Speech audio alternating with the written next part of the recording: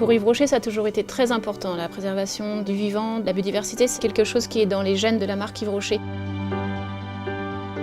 Un de nos objectifs au quotidien, c'est de protéger, de préserver la faune et la flore sur les sites sur lesquels nous vivons, sur lesquels nous travaillons, de vraiment produire en symbiose avec la biodiversité.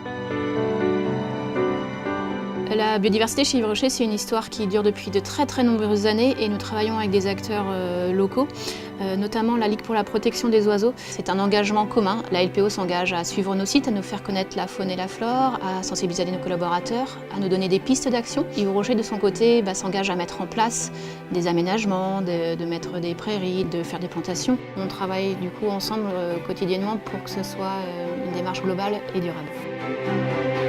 On échange à peu près tous les mois pour parler un petit peu des projets qui sont en cours et puis pourquoi pas d'éventuels projets à venir. Sur un site industriel, il y a différents types d'aménagements.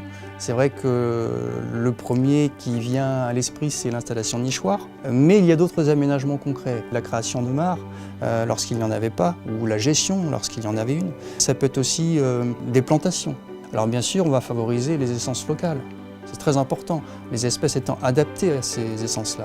On va créer des tas de bois. Pourquoi? Parce que le bois mort est une source de nourriture pour beaucoup d'insectes et donc une source de nourriture pour les oiseaux.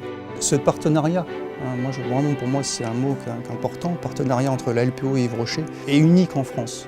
On n'a pas d'exemple similaire d'une entreprise qui s'investit autant sur ces sites pour la préservation de la biodiversité.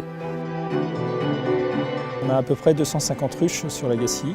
On est sur un vrai projet de développement de la biodiversité. L'abeille, elle peut être utilisée comme un marqueur. C'est-à-dire que si elle se développe bien, c'est que l'environnement est sain. Alors là, on a un partenariat et donc l'entraide, elle se fait vraiment sur l'année. C'est une entraide entre le service agronomique et puis moi, quoi. C'est-à-dire que je travaille avec Valérie Cécile et elles, derrière, elles vont retransmettre ça au service agricole pour semer au bon moment et pour avoir une bonne utilisation en fait, des surfaces de terre.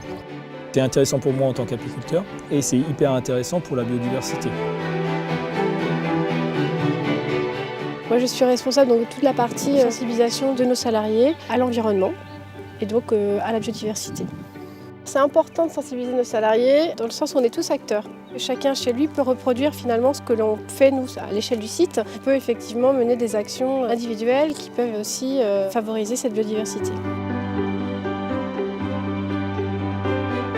On fait des choses depuis des années en faveur de l'environnement et je pense que dans nos actions, effectivement, comme nos salariés sont impliqués au quotidien, ils sont conscients effectivement de l'engagement de la marque. C'est vraiment le cœur de notre marque aussi. La nature est vraiment notre raison d'être.